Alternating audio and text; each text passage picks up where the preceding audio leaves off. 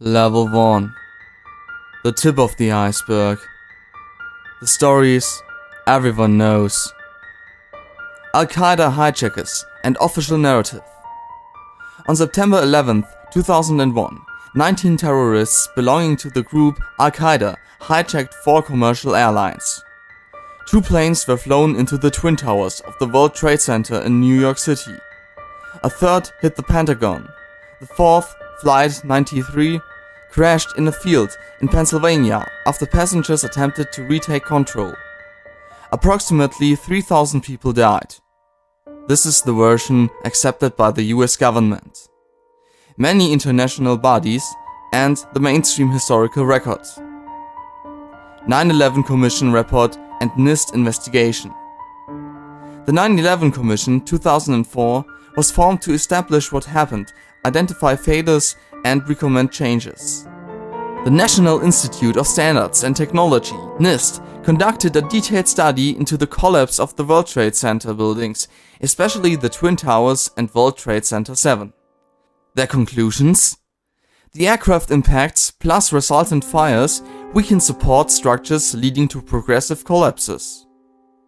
Global response and aftermath. Following 9/11, the US launched wars in Afghanistan 2001 and later Iraq 2003, though Iraq was not involved in the attacks. Homeland security infrastructure increased. Laws like the Patriot Act were passed. Aviation and surveillance overhauled. The scale of the tragedy shaped geopolitics, public policy, and civil liberties debates for decades. Level 2. Just below the surface. Well-documented anomalies and widely discussed theories. World Trade Center 7 collapse. Building 7, part of the WTC complex but not hit by an airplane, collapsed several hours after the Twin Towers. This has drawn much attention. NIST asserts the collapse resulted from the fire damage combined with falling debris. Critics argue the symmetry, speed, and neatness resemble controlled demolition. Jet fuel can't melt steel beams. A frequently cited critique. The claim that jet fuel fires alone couldn't reach temperatures high enough to melt steel. So how did the towers collapse so completely? Supporters of the official report respond that steel beams don't need to fully melt. They need only to be weakened or lose structural capacity. Impacts strip protective fireproofing. Fires burned long. Load red distribution failed. Prior warnings and intelligence failures. It's documented that US intelligence agencies had hints and warnings about potential attacks similar in nature. Some believe that there was negligence, oversight, or failure to act, rather than active conspiratorial orchestration. These failures are part of the official investigation's findings. Flight 93 controversies. The narrative that Flight 93 crashed in Pennsylvania after passengers fought hijackers is accepted, officially. But there are theories and skepticism about crash site debris, audio evidence, and whether a shoot-down order was given. Some allege elements of obfuscation in the details. Level 3. Deeper currents. Hidden evidence and disputed leads. Controlled demolition theories. Proponents such as Stephen E. Jones, David Ray Griffin, and others propose that the collapses, especially of WTC-7 and possibly the Twin Towers, show evidence of explosive or termite or nanotermite. They point to molten metal reports, collapse speed, symmetry, squibs, jets of dust, or fracturing of steel as abnormal. Critics, including many structural engineers, contest that these interpretations misread the data. That official structural collapse modeling explains the observations without needing explosives. Alleged government foreknowledge or complicity. Many in the 9/11 Truth movement argue that the US government, intelligence agencies, or persons in power had evidence knowledge of the attacks and either failed to prevent them or actively allowed certain parts to happen. Some point to exercises or war games that morning, possible ignored warnings.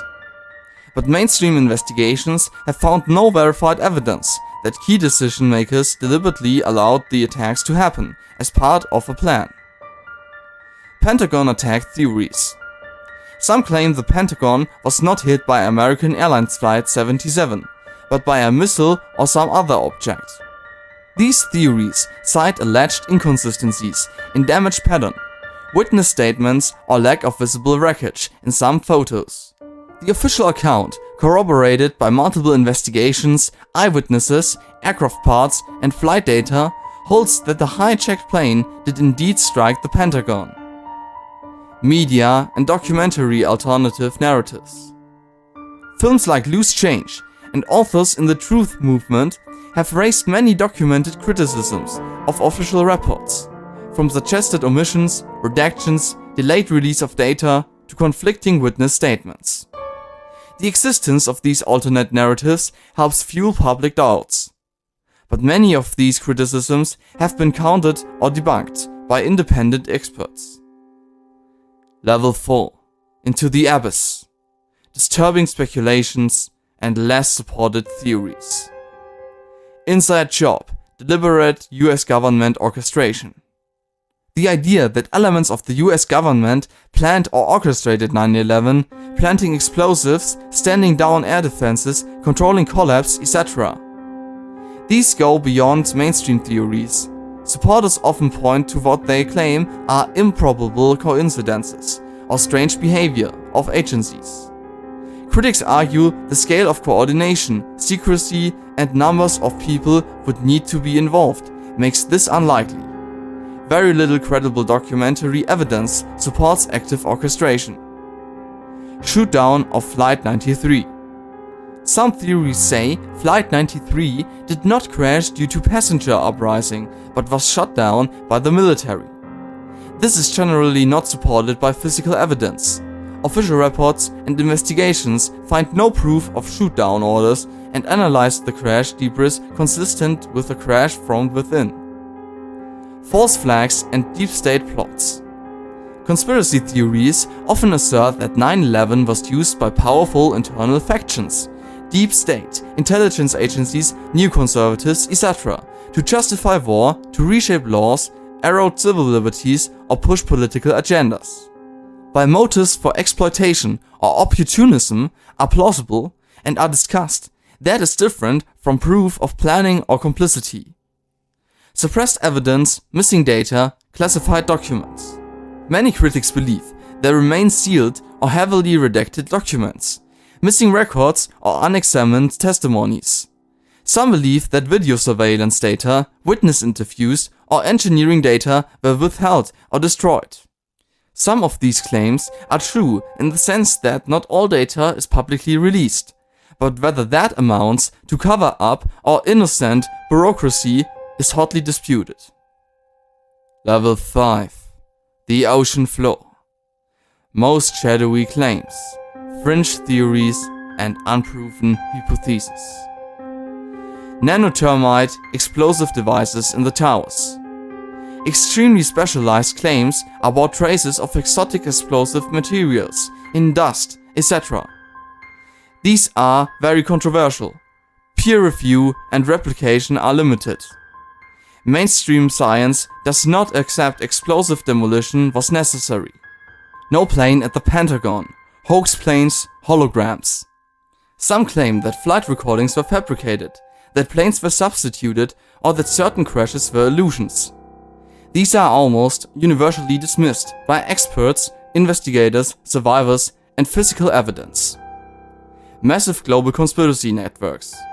Theories that coalesce many actors, government agencies, foreign governments, intelligence services, corporate interests, etc., all colluding. These tend to grow in scope as one goes deeper, but suffer from lack of credible leaks or unambiguous proof. Alternative universe, paranormal, esoteric claims.